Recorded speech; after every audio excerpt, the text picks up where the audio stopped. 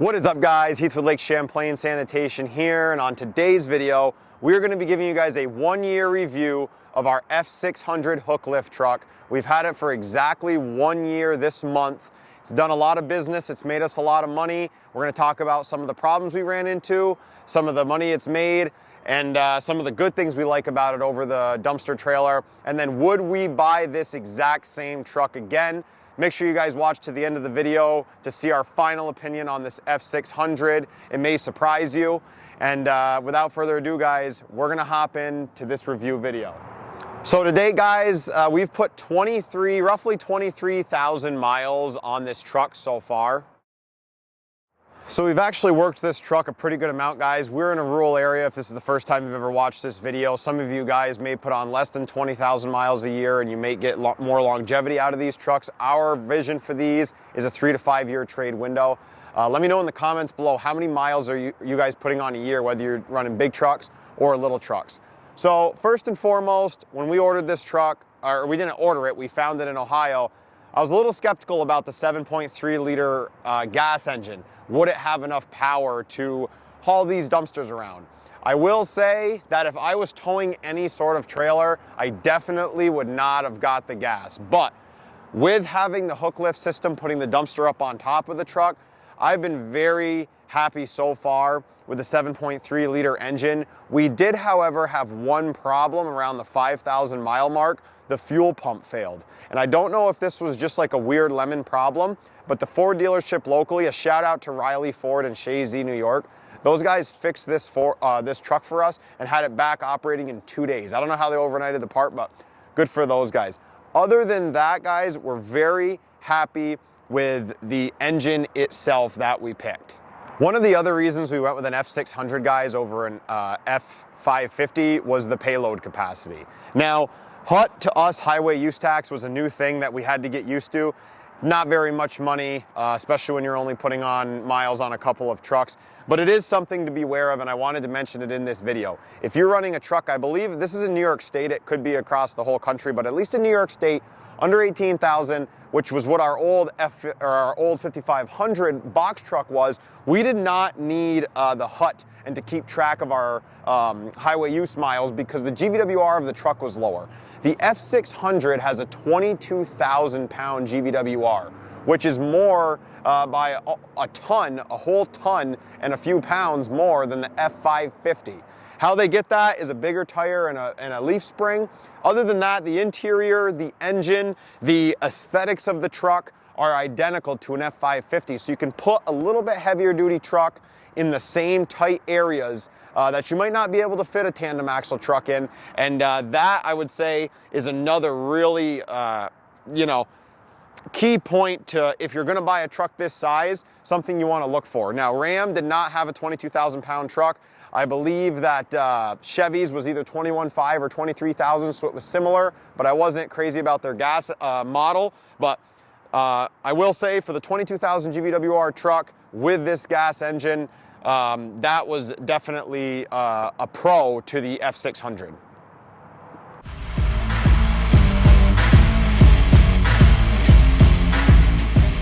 So guys, we got our truck in the XL trim package. Again, we found this truck in Ohio and bought it literally the same week that I found it. We did not custom order this. It was actually upfitted properly. It's got the rear mount fuel tank that I'll show you in a minute, which I think is a necessity on these trucks. You have to have it because of where the hydraulics go. But XL trim, nothing fancy, but the interior of the truck I just want to speak on for a minute has held up really good. 23,000 miles, granted it's got a little bit of dust on it. The thing looks brand spanking new still.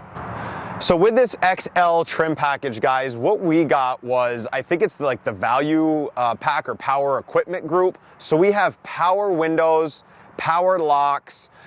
It does have a rear view camera that is not installed currently because it would be, in my opinion, a little too low to the ground. We may try to do something next year, but it came with some options. All the upfitter switches up on the roof of the truck.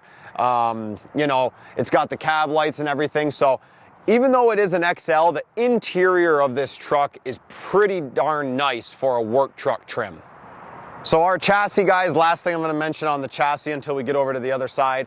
Four-wheel drive, I personally think it's a necessity when you're going into a landfill. We have actually used the four-wheel drive in the last year probably 10 or 15 times. If we didn't have it, we definitely would have gotten stuck in the mud and we would have had to get out. Not to mention, it's way safer. Even with the steer tires, we may put a more aggressive tire on. I will say, if you are going to be running this thing in the snow a lot, or you're running it in a muddy landfill a lot, replacing that with more of an open wall steer tire where you have more grip on the outside of these tires may be a good idea, especially when rubber is going to be expensive with these 245 70 19.5s.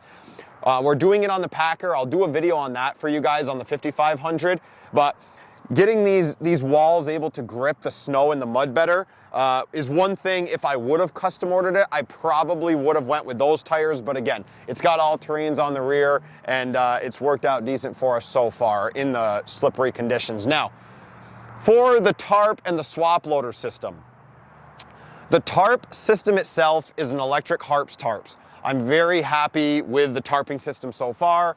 It's all electric with a hydraulic up and down mast. Now, this thing has tarped probably 500 or 600 loads by now, and I'm still on the original tarp. It is getting a little bit beat up, but we do have a new tarp, and the replacement tarp from John down there was like $115. So thanks, John, for that. And when this one is completely shot, we'll put it on, but hoping to get, you know, a couple hundred more rentals out of it before we replace it.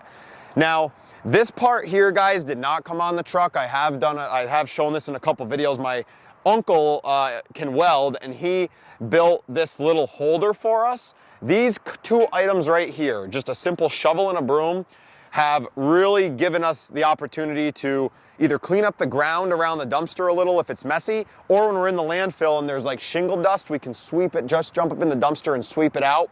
And my father loved, you know, he drives this truck a lot, built this little custom box, and we've got this ladder here, which if the tarp gets caught or anything happens, this ladder is bungee corded right to the mast.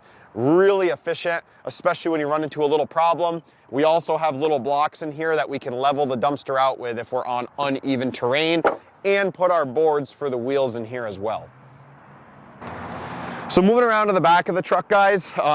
So swap loader, one of my, I guess you'd say, gripes about this, and it's really nothing against them because this kit is a universal kit. As long as you have the right length and width chassis, this will fit multiple models. This is an SL145. I believe it's an SL160 now. I don't think they make the 145 anymore, to my knowledge, but this bumper is more for an international truck. That's why it's so big. This is a little truck. I wish the bumper was a little smaller. It's just heavy and bulky, and I mean, it's gonna save you, but it's a lot of overkill. This is where the plate was mounted, okay? The plate was originally mounted right here, just because that's where they normally go on these size trucks. I got pulled over by the state police because the plate was here and the bumper was actually covering it, and he did not think that I had plates on this truck. But the bumper was just covering it. So he basically just told me, why don't you just put the plate right here? It's good to go. If you guys have a system like this, I do recommend putting the plate here. I asked him about not having the license plate light. He's like, it's not a huge deal. We would rather be able to pull up on you with our high beams and see that plate instead of have it under here. So just a little food for thought. It's not really a bad review of the bumper. It's just be mindful of that. If you do get a kit like this, the bumper they give you sometimes is for a bigger class truck. So this is that rear mount fuel tank I was talking about, guys.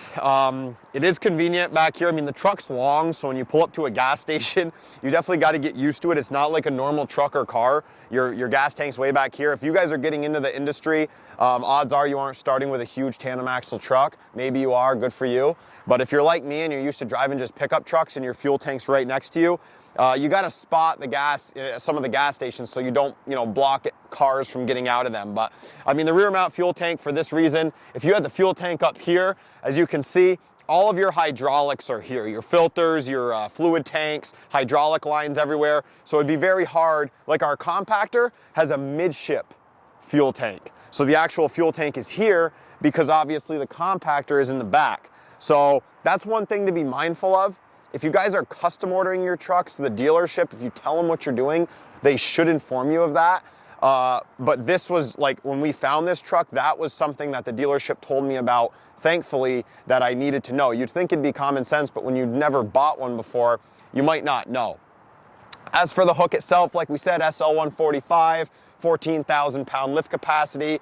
We've lifted 5 ton with this thing, guys, which is just under what it's rated for total with the dumpster. And I gotta say, powerful unit. We grease it and we run it. That's about all we do. So I've gotta say, so far, the swap loader itself has been quite an impressive unit. It is a PTO driven. There's electronics in the cab that you control it with. I'll show you guys that. But you run it from inside the cab, and this is all hydraulic with a PTO straight off of the engine instead of running electric over hydraulic like a dumpster trailer would be or a switch and go would be. We got this little guy right here. This is the magic wand of the HookLift truck, at least on the small ones. Some of you guys got those cool levers up here. All this is like a little video game toggle switch. And you got your jib, so your blue one is gonna be retract and extend. That's in and out on the, I guess you'd say, the parallel plane. And then this is your up and down. Extend, retract is your red one. And you do need to jib this all the way back to unlock the safety latch to operate the system. If you guys are out there and you don't have one of these and you didn't know that, hopefully that helps you out. So anyways, we are going to run over, grab a dumpster, get some coffee, head to the landfill, and give you guys our final review. Out of 10, this F600 truck, would we buy it again?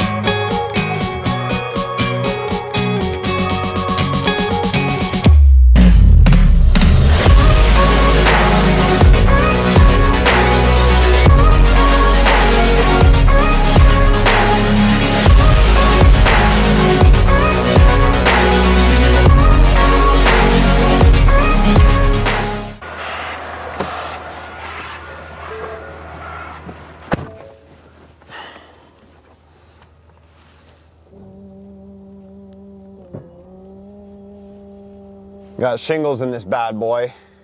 Probably be about right around 2 ton, 3 ton maybe. Customer said it was 20 square shingles, so we'll see. But that's how this thing works, guys. Extend, goes out, dumps it, then we're gonna retract to bring it back down. You don't gotta use the jib at all when you're dumping. At least with this size dumpster, you don't. You would need to jib it back if you had a 12-footer on here.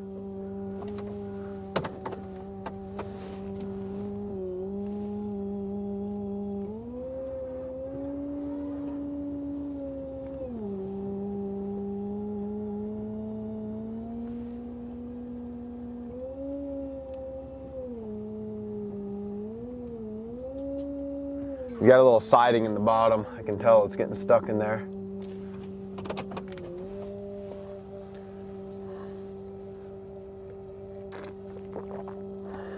Good fall day at the landfill though. Always need the high test? Always need the high test, baby. You got to get that in the morning. Go to the gym 4:30. Well, I'm not gonna lie to you. I go to the gym now around 5 because the little man's waking up, and sometimes my wife likes to go before me, but get to the gym around 5, hit the pre-workout, no protein, no creatine, none of that. Just a scoop of pre-workout and then a Stewart's coffee after. Not sponsored. Not sponsored by, but you're good for 12 hours. All right, let's shut this thing.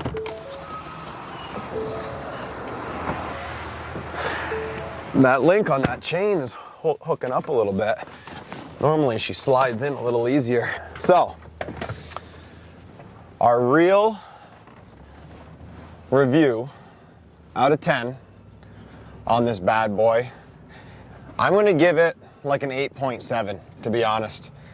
The only things I don't like about it, but I shouldn't really say I don't like about it, I don't need to put def in this truck, but I would like the power of the diesel. Because when I'm driving my 5500 Cummins loaded in that Packer, you hit a hill, you're going down whatever, the road and heading to the dump, wide open, no problem, truck's got plenty of power. This thing, you hit a hill, your RPM spike, even in tow haul, you're wide open, just trying to get to 65 miles an hour, 70 miles an hour on the highway.